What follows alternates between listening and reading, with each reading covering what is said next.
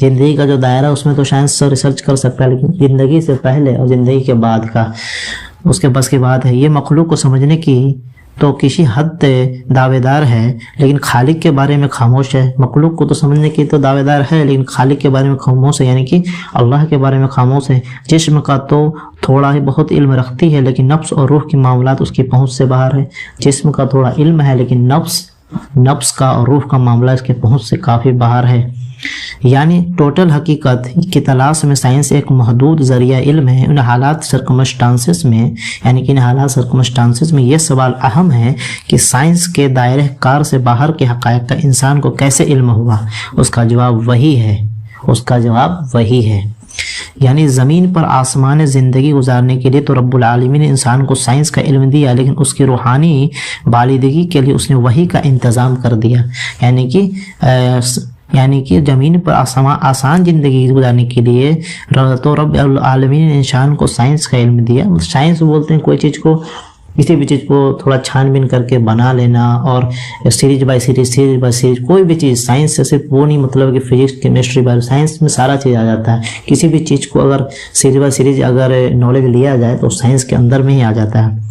کسی بھی چیز کو دیکھ کر سوچ کر سمجھا جائے کہ ایسے کام کرے جو بھی سب سائنس کے اندر میں اس کا جواب وہی ہے۔ یعنی زمین پر آسان زندگی گزارنے کے لیے تو رب العالمین نے انسان کو سائنس کا علم دیا، لیکن اس کی روحانی بالادگی کے لیے اس نے وحی کا انتظام کیا۔ تمام علم اللہ ہی کی طرف سے ہے، اور جسے جتنا چاہے وہ دے دیتا ہے۔ اس کی مرضی کے مطابق ہر دور میں سائنس اور وحی کے علوم اترتے رہے ہیں، جبکہ سائنس کے لیے اللہ تعالیٰ نے سائنسدان پیدا کیے، وحی کے لیے وہ اپنے مخصوص بندے جنہیں پیغمبر یا رسول کہتے ہیں بھیجتا رہا۔ اس علم کو اللہ تبارک و تعالیٰ نے آخری نبی اور ہمارے پیارے آقا حضرت محمد مصطفیٰ صلی اللہ علیہ وسلم پر مکمل کر دیا۔ انسانیت کی یہ انتہائی خوش قسمتی ہے کہ 100% شق و صبح سے بالا تر وحی کا یہ علم قرآن حکیم کی شکل محفوظ ہے، اور اس کی تفصیلات اور جزئیات حامل وحی صلی اللہ علیہ وسلم کی سنت میں موجود ہے۔ قرآن حکیم یہ ثابت کرتا ہے کہ سائنس اور جو علم الغیب ہے دونوں ایک دوسرے سے مطلب ملا ہوا ہے، ایک دوسرے سے جڑا ہوا ہے، وہ ایک دوسرے سے الگ نہیں ہے، اس کو الگ نہ سمجھیں۔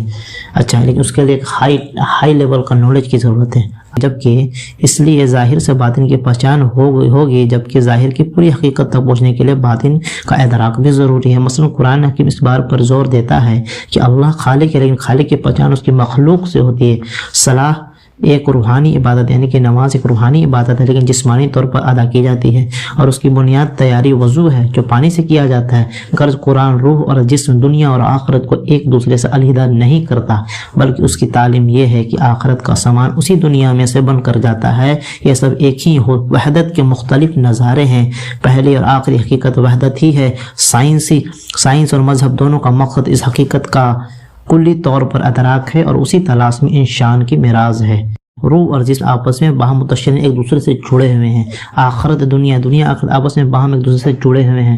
وحی اور سائنس ایک دوسرے سے جڑی ہوئی ہے۔ قرآن پاک سائنس کی انتہا ہے۔ سائنس اور قرآن حکیم کے دائرہ کار کو سمجھتے ہوئے ہم یہ کہہ سکتے ہیں کہ جو سائنس کی انتہا ہے وہ اللہ کے کلام کی ابتدا ہے، جبکہ قرآن حکیم کل ہے، سائنس جز ہے، یعنی کہ وہ کل ہے، ٹوٹل ہے، پورا ہے، کمپلیٹ ہے، مکمل ہے، لیکن سائنس جز ہے، ایک چھوٹا سا ٹکڑا ہے۔ آپ اس بات کو قرآن حکیم کے ویژن اور مقصد میں دیکھ سکتے ہیں، یعنی کہ مشن اسٹیٹمنٹ میں دیکھ سکتے ہیں، جو سورہ فاتحہ کا مجموعہ ہے۔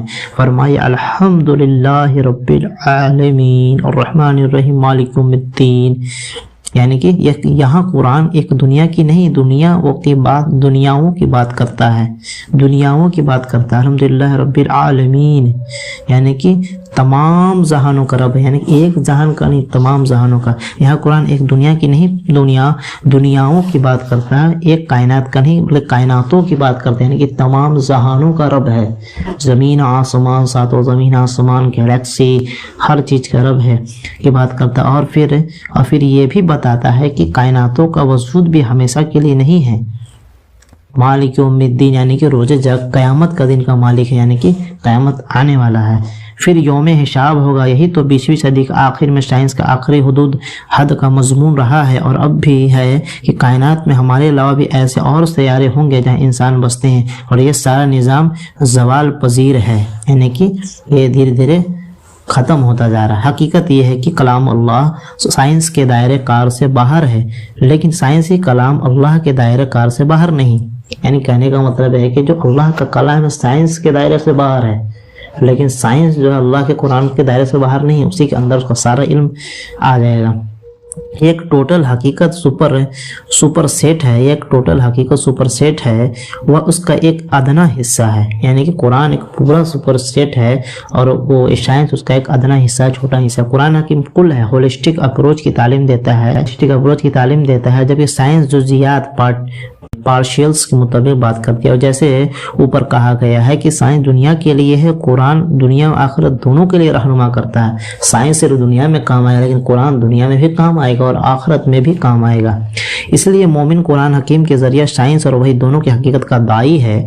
یعنی کہ مومن جو ہے قرآن حکیم کے ذریعے سائنس اور وہی دونوں کی حقیقت کا داعی ہے اور دونوں کی بھلائی کا متلاسی ہے۔ یعنی کہ دونوں سے بھلائی اٹھانے والا ہے، دونوں کو بھلائی چاہنے والا ہے۔ اس کی دعا ہے ربنا آتنا فی الدنیا حسنۃ وفی الآخرۃ حسنۃ وقنا عذاب، یعنی کہ ہمیں دنیا میں بھی اچھا عطا فرما اور آخرت میں بھی اچھا عطا فرما۔ حضور صلی اللہ علیہ وسلم کے مطابق علم مومن کا ہتھیار ہے۔ آپ ہی کی دعا تھی رب زدنی علما۔ اس دعا میں علم وحی اور علم سائنس دونوں شامل ہیں۔ رب زدنی علما۔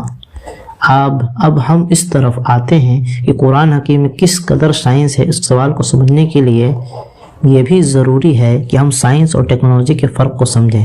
سائنس دراصل قدرت کے اصولوں سے آگاہی کا نام ہے۔ سائنس کے اصولوں کو سمجھیں۔ سائنس دراصل قدرت کے اصولوں سے آگاہی کا نام ہے، یعنی کہ قدرت کے کیا کیا قانون ہیں، کیا کیا ضابطے ہیں، کیسے کام کرتا ہے۔ سائنس دراصل قدرت کے اصولوں سے آگاہی کا نام ہے، جبکہ ٹیکنالوجی ان اصولوں کا استعمال کا نام ہے۔ یعنی ٹیکنالوجی بولتے ہیں کہ اصول کو یوز کر کے کوئی چیز بنا لینا، اس کو ٹیکنالوجی کہتے ہیں۔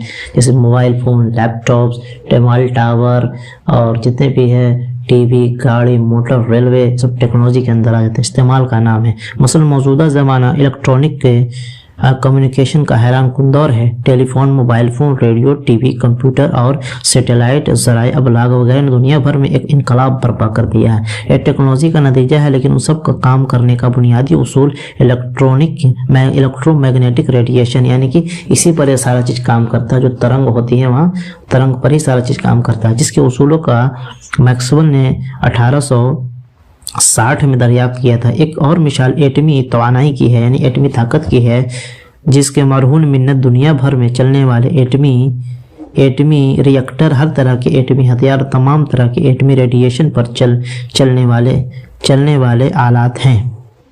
اچھا، ان سب کا بنیادی عنصر یہ سائنسی اصول ہیں کہ مادہ یعنی کہ پارٹیکلز جو ہے مادہ توانائی میں تبدیل ہو سکتا ہے، جو آئنسٹائن نے 1904 میں دریافت کیا تھا۔ مزید آگے بڑھے تو معلوم ہوگا کہ میکسویل اور آئنسٹائن کا دریافتوں کا تعلق بھی دراصل ایٹم کے ساخت سے ہی ہے، کہ ہر چیز انتہائی چھوٹے چھوٹے ذرات سے بنی ہیں، جو اپنی حیت میں کبھی مادہ کبھی توانائی ہوتے ہیں، کبھی مادہ کبھی توانائی ہوتے ہیں، یعنی کبھی سمجھنے کی بات یہ ہے کہ سائنس کی تمام کاروبار چند بنیادی سچائیوں پر قائم ہے، اور یہ قدرتی قانون زندگی کے ہر شعبہ میں محرک نظر آتے ہیں۔ ان کی دریافت اور سمجھ بوجھ ہی اصل سائنس ہے، باقی جو کچھ نظر آ رہا ہے وہ انہی اصولوں کی عملی اسقال اور تفصیلات ہیں۔ وحدت کے معیار کے مطابق قرآن حکیم کائنات میں سب سے بڑی سائنسی کتاب ہے، وحدت کے معیار کے مطابق، جس میں اللہ تبارک و تعالیٰ نے ہر چیز کی بنیاد فراہم فرما دی ہے۔ اس کتاب میں خالق کائنات نے ہر طرح کی مادی، عمرانی، معاشی، اخلاقی اور روحانی سائنسوں کی بنیاد رکھ دی ہے۔ تفصیلات کا کام انسان پر چھوڑ دیا گیا ہے، لیکن وہ علوم جن کی تفصیل کا مادی ذرائع سے جاننا انسان پس سے باہر تھا، مشی عالم الغیب کے حقائق، اخلاقیات سے اٹل اصول یا روحانیت وغیرہ، ان کو اللہ نے اپنے نبی کریم صلی اللہ علیہ وسلم کے ذریعے پھیلا دیا۔ سے یہ کمپلیٹ ہوا۔